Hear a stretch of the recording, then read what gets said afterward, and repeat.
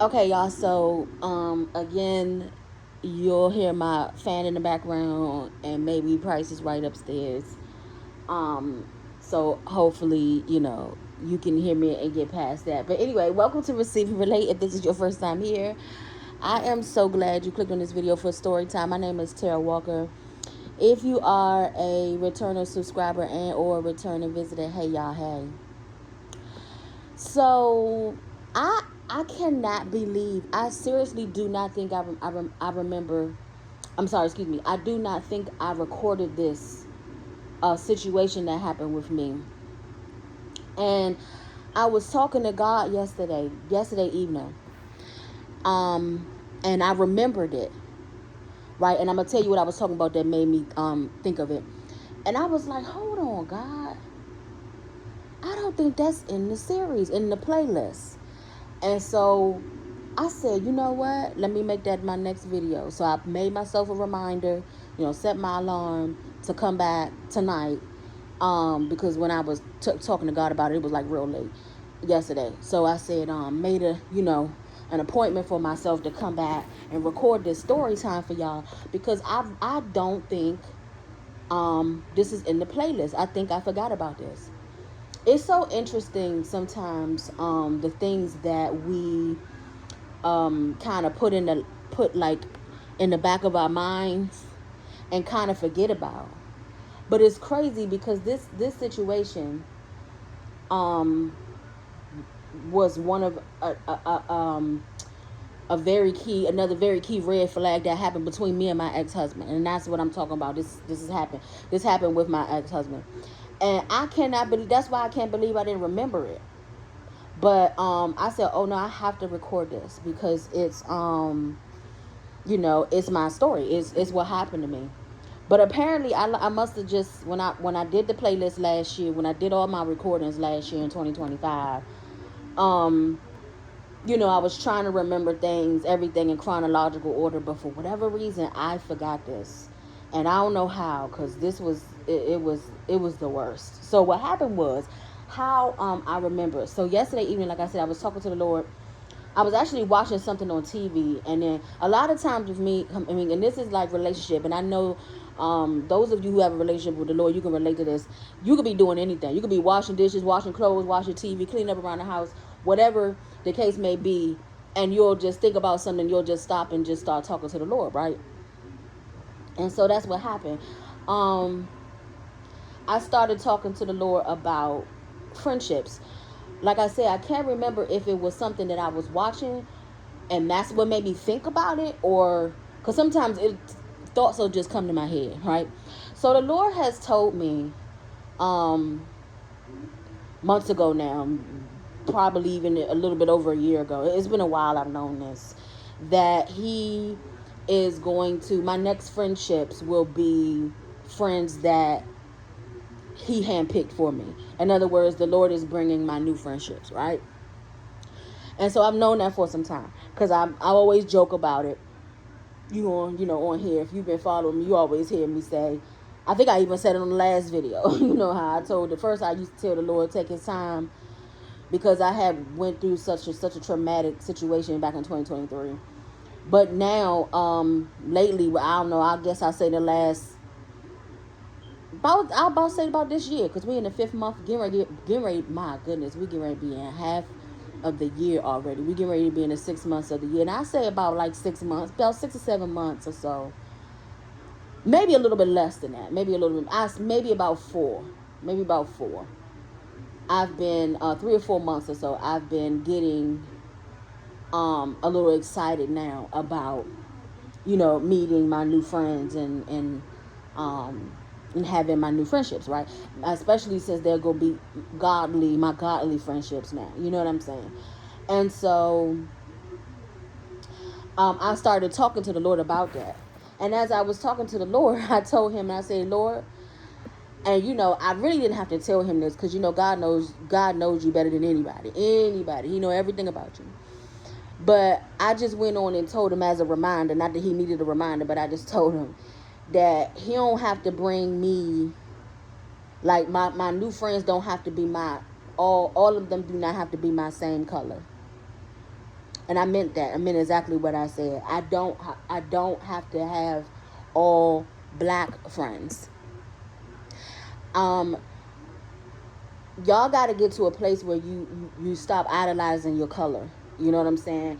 You can only have black friends. If you white, you can only have white friends. If you Hispanic, you can only have Hispanic friends. We got to get away from that idolization of your race. Now, the thing that the Lord knows about me is I've never been really that way anyway. It's just, I say within the last decade or so, that's pretty much that's all I've had. But that's not all I've had my whole life. And so I went back to my childhood and reminded myself, because I was like, God, didn't I have a little white girlfriend in my, if she wasn't, I knew I had a little black girlfriend in my neighborhood that was that next door, but it was her grandmother that lived next door. And I think I didn't get to see her all the time because she didn't live there. That was her grandmother, so she only came over when her grandmother, when she visited her grandmother. But the little white girlfriend, I was trying to remember, because my neighborhood when I was little girl was predominantly older white people. So I was trying to think if I did meet somebody in the neighborhood or if it was at school. I think it might have been at school, because kindergarten through third grade, I went to a Christian school. But I remember having a little white girlfriend. Then as I got older, I had another I met another girlfriend, white girlfriend, and when I say I know I got to be careful these days. When I say girlfriend, I mean a girl who was my friend in high school. And then we, you know how you get out of touch. And then we reconnected again later on in my 20s through a business that she was doing. So by this time, she was saved and everything, and we got close. And I hope one day she hears this video, because when she hears the story time, she gonna know exactly that it's her. I don't really feel compelled to share her name right now. But and it's not because of anything wrong or whatever. I just don't feel compelled to share her name right now. I don't know. Maybe I will end up before the video is over. But like I said, we had gotten really close, so close to the point. I had come over for her. I think it was her son's birthday party. I had came over her house a couple times, and when I was talking to the Lord about, going back to my friendships with Caucasian people, she popped up in my mind. And that's what triggered me to do this story. Because I was like, hold on. I didn't do this story. I was like, I don't think I did that story, God. So that's where we are. Okay, so this is the story that happened with her. And how God used her to be just a good friend at that time in my life. And we're not in touch anymore. And I have to say this too, if she does ever hear this, I had to unfriend her, not because she did anything wrong to me, not because of anything of that nature. This last couple years, I've been on a long spree of deleting people from all my social media apps, not just Facebook. That's the main place we communicated with, and not just Facebook or Instagram, but and a lot of the people that I deleted wasn't because they did anything to me or we had any beef or anything. And my thing, I don't have no beef with people. People have beef with me, but anyway, I deleted her because we just weren't in touch. I deleted a lot of people that, if I hadn't spoken to you in the last 5-6 years, decade or so, you know what I'm saying? We stopped comment. You don't really comment on my stuff no more. I don't comment on your stuff no more. Or I don't see you. You know what I'm saying? If you don't come up on my timeline and stuff like that, for me, it was just, time to just separate. That's just what I did. So I just deleted people off of that. You know what I'm saying? And didn't have no everybody didn't have necessarily a story behind it where it was like, oh no, I don't want to be friends with you no more. I deleted a lot of people just because of just lack of communication. You know how some, like you friends with people in certain seasons, and that's all that was with me and her. And so and then I deleted her. This how cool we was. I was cool with her husband too, and I ended up deleting her husband too, who never did nothing to me either. He's cool. Funny. He was so cool and so funny. But I deleted him out of deep. I deleted a couple of different husbands like that too. Same thing with somebody else's husband I deleted, and he actually inboxed me and asked me why I deleted him. But and it was simply because of that. You know what I'm saying? It was just, well, his story was a little bit different with his wife, but with this person, and not to make this real long, it was just basically default. You know, I just didn't feel comfortable being friends with the husband and not with the wife. You know what I'm saying? That type of thing. So that was the only reason why I deleted her as a friend. But again, so going back to the story, when we were friends, God used her in a moment that I'll never forget, and I always appreciate her for this. So I hope she hears this one day. But yeah, so I was married to my ex-husband, and she had a cookout. I can't remember what the occasion was. I don't know if it was July 4th, Memorial Day. I don't know what it was. It was just a regular random cookout, and I can't remember. But like I said, remember, I had already visited her house before. I had spent the night over there. Matter of fact, hold on. I think I spent the night over there after what I'm about to tell you what happened. But I had already been over there before. Met her children and everything. And her son, too, this was so long ago. I'm sure her son probably been then graduated from high school by now. That's how time flies. But he was like 2 or 3 or something like that back then when we went to his birthday party. That's how long ago this was. But so yeah, so me and my ex-husband went to their cookout. So when I remembered it and I was going back over with the Lord, I was like, what was it again that he so like many occasions, and if you have not listened to this playlist, if this is your first time hearing this, it's on my channel right here. It's called the one that's with my ex-husband is called my marriage to my narcissistic ex-husband. Okay, I'm gonna end up putting this at the end of it though, because I really think I forgot to say this one. I forgot to tell y'all this story time. So like I said, like on many occasions, he got mad at me for the dumbest stuff. When I say he was the high priest of narcissism, like this mama, and I didn't know I didn't know what narcissism was, or the traits of any type of person like that back then, right? I was completely ignorant and just didn't know, lack of knowledge of what a narcissist was back then. So I struggled with trying to figure out why he would be certain ways in private, certain ways in public, you know, his up and down personality and stuff like that. It was a struggle. Whew. If I know now, of course, if I knew then what I know now, of course, I would have understood. But shoot, if I knew then what I knew now, I wouldn't have married him. But that's still another story for another time. So anyway, so as I was going over with the Lord, I was like, what was it that he got mad at? So if I remember correctly, he got mad. He thought that I was leaving him by himself. Okay, so he's the introvert to an extent, though. And so that's why I don't always want to get, like, my husband now is 100% an introvert, right?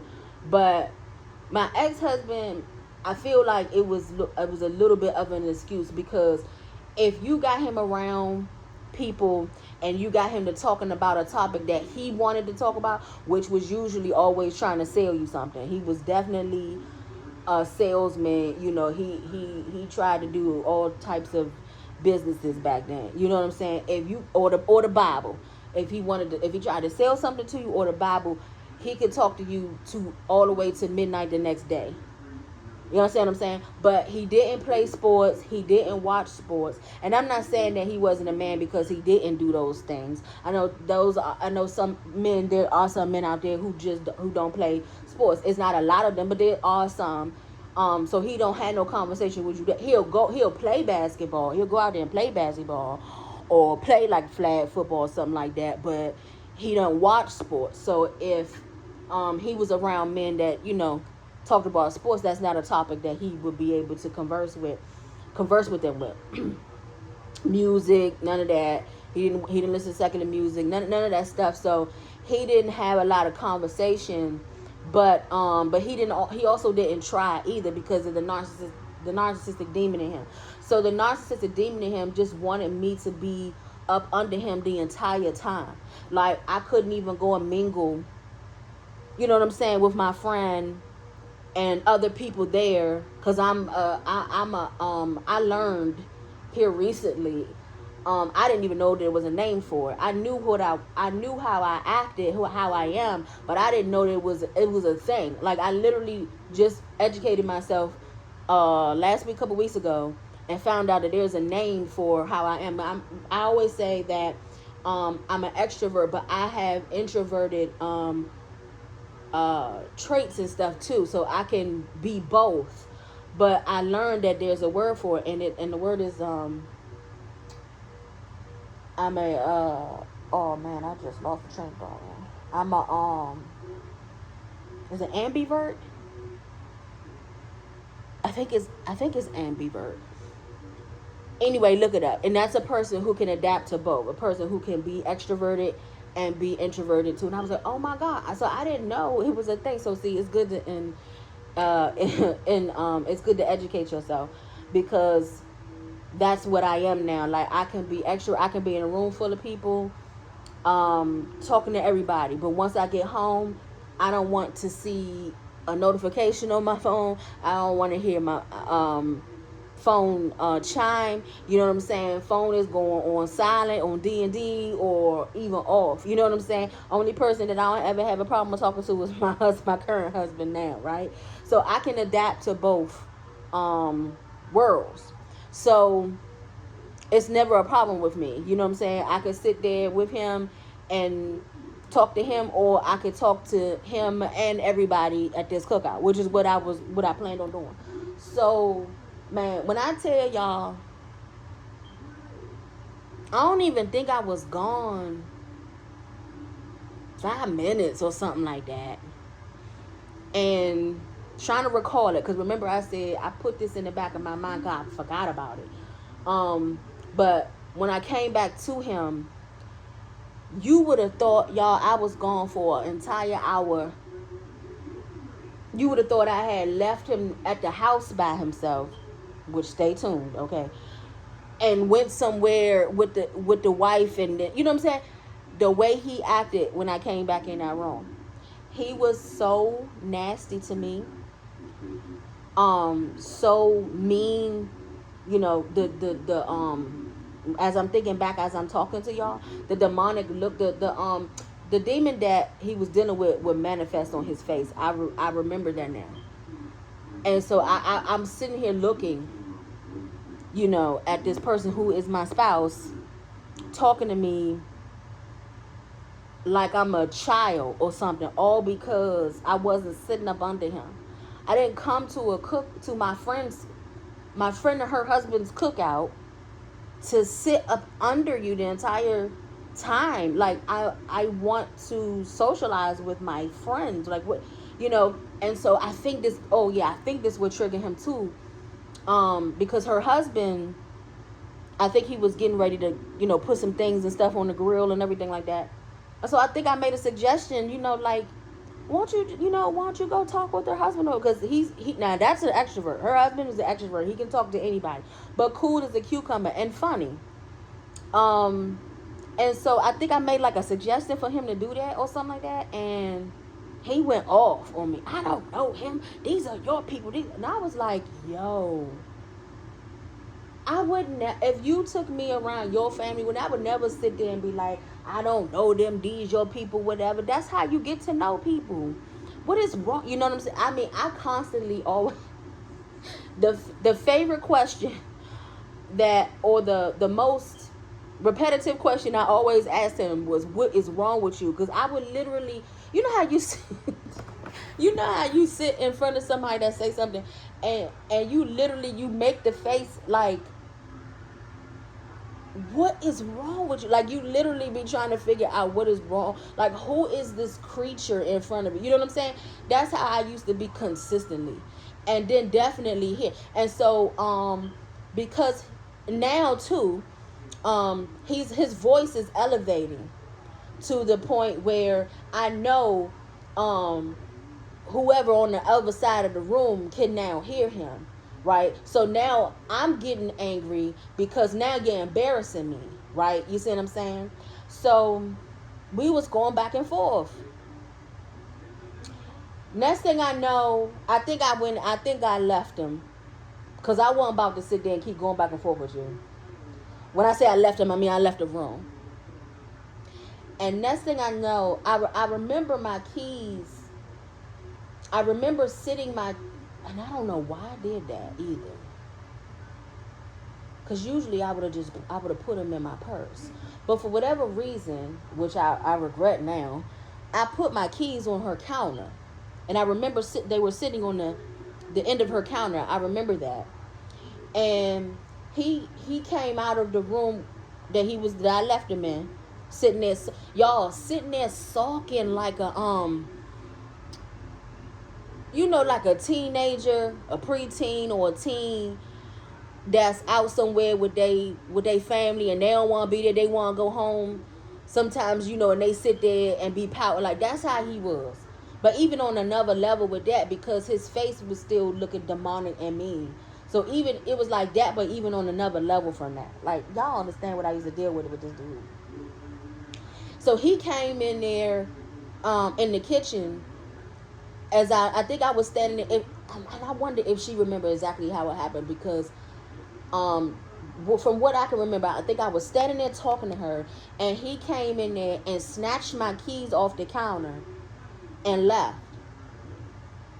And I just was, and I looked out the side of my eye, and I was like, because I know now it's and it's not that I was trying to keep private, you know what I'm saying, but you don't want people to know your business. You know what I'm saying? When you sitting there arguing with your spouse, you don't want nobody. And especially when you in somebody else's home. It's different when you in your own home. You in somebody else's home. Because now y'all got tension. And then you make the other people in their home uncomfortable. You understand what I'm saying? So I know she saw it.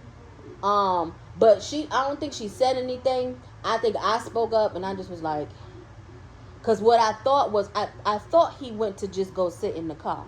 You know what I'm saying? Thought he was just going to go in there, sit in the car, and just cool off or whatever. Because, okay, thank you, Holy Spirit. Matter of fact, I think in the argument that we had, I think he threatened something like, man, I'm about to go leave and go sit in the car or something like that. But we in summertime, right? Unless you going to sit in the car with the air running, and I know he wasn't going to do that. You wasn't going to sit in no car for no long time. Y'all, he left. Yes, you heard me right. He took them keys. He got in my car. He drove away and he left me at my friend's house. Now, granted, she didn't live far. I'ma say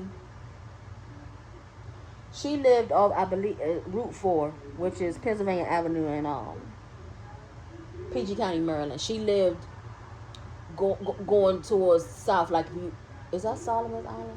Like down Pennsylvania Avenue towards the countryside, like far past Forestville Mall.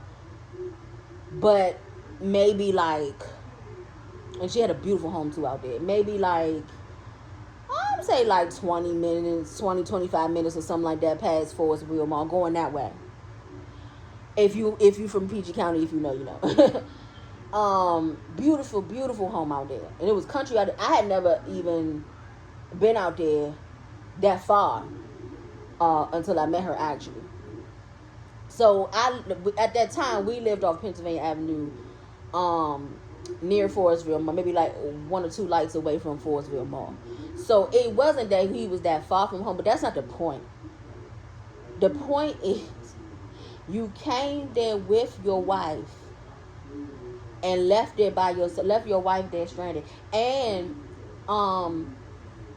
not only he had the car keys, my house keys was on there.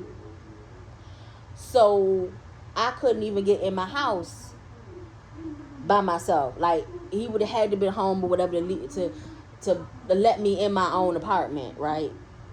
Or which was our apartment at that time.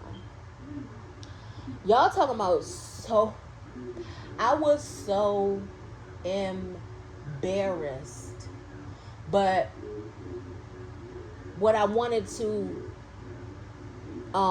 acknowledge about her being my friend at that time was she didn't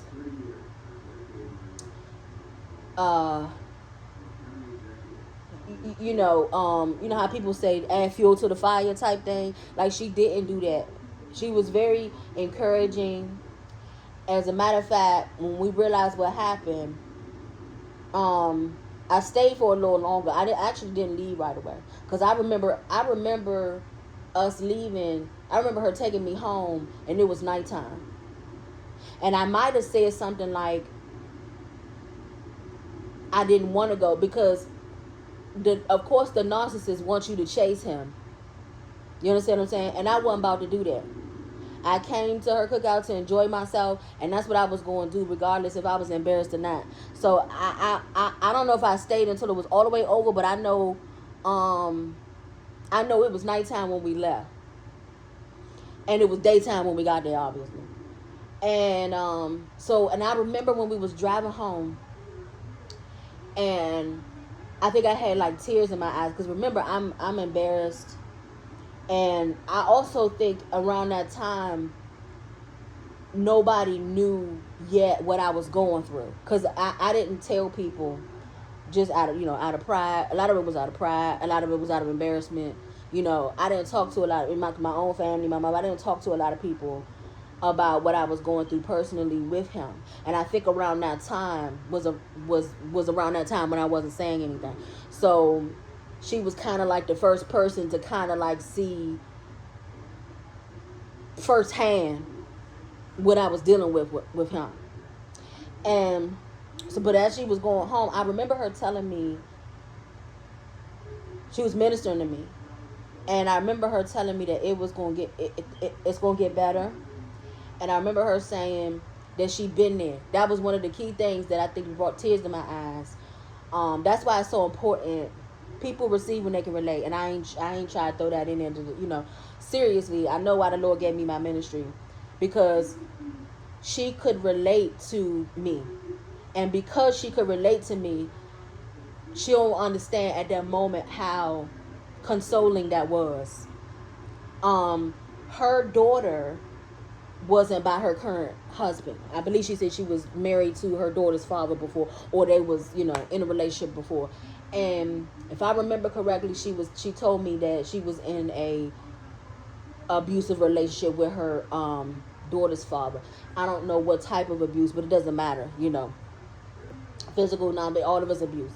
If domestic abuse is domestic abuse. But I remember her telling me that, and I don't know if I ever told her this. And so, like I said, I hope she hears it one day. But she really, really helped me in that moment by just letting me know that she could relate to what I'm going through, and things will get better. And she really ministered to me pretty much almost all the way home. And of course, when I get home, because I know some of y'all want to know what happened when I got home. When I got home, of course, that's what they did. Oh my goodness, that spirit was so manipulative. It really is a witchcraft spirit. It has that demon, that narcissistic demon has so many evil connotations to it. It's not even funny, because it's abusive, and then at the same time it can be manipulative too, like that. Because when I walk in, of course, he's looking like, hey baby, how'd you get home type thing. Like, why do you even care how I got home and you left me? And he knew how I got home. He knew either he was gonna have to come all the way back up there and pick me up, or somebody was gonna bring me. You know what I'm saying? But I'll be walking through that door regardless. You know what I'm saying? But that demon that tries to play it off at the hours later, like they ain't just did what they did, that was constant with him. Because if y'all remember, if you have been following me, that story I told y'all about, when I was in the driver's seat of my SUV and he was in the passenger seat, and we was at the light at the bank over there on Silver Hill Road. I had just went to the bank, and he got mad at me and shoved the gear shift into park and jumped out the passenger side and ran around to the driver's side, yanking me out and pulling and eventually achieved pulling me out of my seat and taking my truck and leaving me standing there. If you haven't heard it, it's in the playlist. I can't remember what I called it. And this nice old man, and it looked like the young boy might have been his grandson, was in the drive-through, and he saw the whole thing as I was walking, because we lived next door to the bank, right? So as I was walking home, he pulled down his window and said, "Ma'am, I seen the whole thing. Do you need a ride anyway?" He was like an angel. God set that up, seriously. Because there was other people standing in the ATM line. I remember specifically a man, right? With a smirk on his face. Now, these days and time, that whole thing would have been recorded and somewhere on TikTok. These days and time, but this was 2010, so they wasn't quick to pull out their phones, but they was quick to stare. And I mean, even as a man, I would think, I'm not a man, y'all, but I would if I was a man, I would have ran over there to try to help the situation. But hey, But anyway, this man, who was an older man, was the one that helped me, and he offered me a ride. He said, "I don't care where you gotta go, get in, I'll take you." And it was like, I said it in the video, the only reason why I got in there was because I seen the grandson sitting in the front, and that made me comfortable to get in there. If he was by himself, I probably wouldn't have. And I told him, "Sir, I just live around the corner." He was like, "I don't care where it is, get in, I'll take you." And he ministered to me in that short period of time too. And he said the same thing to me too. He said, "I know you don't want to hear this, but it's gonna get better." And he said that too. Wow, Lord, he said it too. He said, "I've been there. I've been where you are, and it's gonna get better." I was so angry though. I got out of the truck and I said, "You better." He said, "I'm gonna pray for you."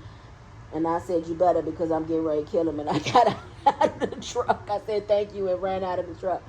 But I said all that to say, when I got in the house, the Bama gonna say, "Why are you taking rides from strangers?" Man, that spirit wanted me to, like, I really see now, and I'm giggling now because I can giggle about it because I'm healed and everything from it. But y'all, then that the devil really wanted me to put my hands on that man, like, and I'm talking about more than just put my hands on him, like, because the stuff that he did, the manipulative tactics and things, and he said, man, whoo, listen, if I ain't had the Holy Ghost, and yes, I had the Holy Ghost back then. If I ain't had the Holy Ghost, man, I'd have been on the news somewhere probably, the way this man treated me. But yep, that's the story. That's it.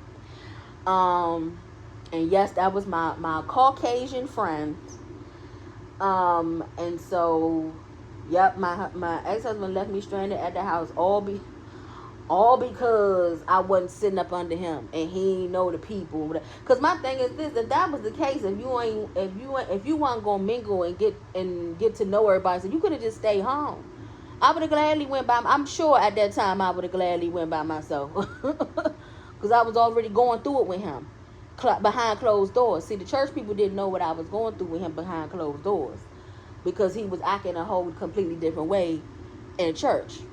So, not to mention blaming stuff on me when we separated the first time, making me out to be the first and second, made me out to be the villain, but they didn't know what was really going on, because he would never tell you the truth. No. A narcissist is never going to tell you the true story, because they always want to be the victim.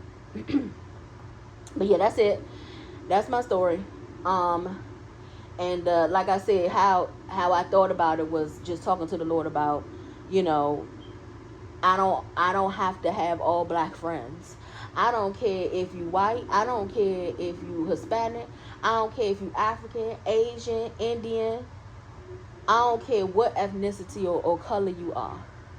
If the Lord sends you, then we friends. You know what I'm saying? If he handpicks you to be my friend, then we friends. You know what I'm saying? Like I'm not on that color thing. I really never have been, you know. And so, cause look what a lot of look, all the ones that betrayed me was my color. So you know what I'm saying? And I'm not saying I don't want any friends in my color no more. I'm just saying, like, stop being on that, because not everybody, it's just like my bosses. Out of all, I've had 3 long-term jobs my whole entire life. And out of all those jobs,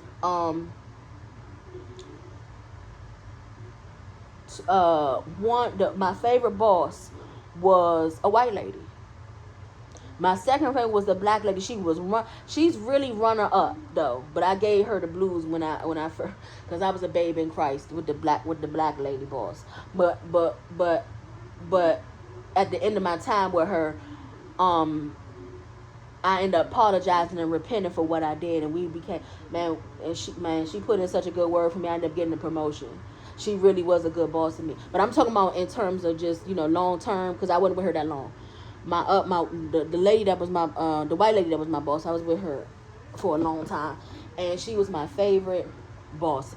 She did anything to help me, including her too, including putting in for me to get a promotion. As a matter of fact, they was trying to only give me a certain amount, and she fought for me to get the amount that I deserve, because there was another person in the position prior to me in that same position, and they got a certain amount, and she knew, and they wasn't trying to give me what she had, and she fought tooth and nail. She said no, if she gets it, then she gets it too. I'll never forget her. Her name was, now her name, I would say her name was Dr. Kathleen Michael. I miss her dearly too. But yeah, she was my favorite boss. One of my bosses was evil, and she was a black lady. When I was leaving and going to another job, she gave me the blues at the end of that joint. She turned on me like man. She turned on me like, man, you like, it was, she treated me like night and day. From when I first came up under her to the time I was leaving, she turned on me like night and day. So I mean, we gotta stop idolizing the color. So I told God what he really already knows about me. He knows I'm open to anybody, any ethnicity. I don't care who you are. Long as you holy, long as you saved, sanctified, filled with the Holy Ghost. What they say, fire baptized with Jesus on your side. and loyal, and don't betray me. We good. You know what I'm saying? I don't care what color you are. So yeah, so that's it. Like I said, I ain't want to make this real long or whatever. I just wanted to add this, and I will be adding this to the playlist. If you have not subscribed by now, I don't know what you're waiting on. Go ahead and subscribe, and go ahead and binge watch my playlist. I have different series on here with different narcissists that I dealt with. Thank God for healing. Whew. So I have extensive knowledge on it, because I've been there and I experienced it. Okay, so if I talk about narcissists, it's because I know what I'm talking about. Okay, and I also teach you how to heal from it, so you won't keep repeating the cycle. I have an ebook on Amazon. What's it called? Lord, I forgot the name of my ebook, y'all. It's how to. Oh, Tara's. Thank you, Holy Spirit. Tara's tips to. It's on Amazon, right there with my memoir called Cage Girl, where I talk about my childhood story, my life as a child from age 6 to 18. That's so funny. I couldn't remember the title of my ebook. And yeah, and it's right on Amazon. Everything is on Amazon. I love you.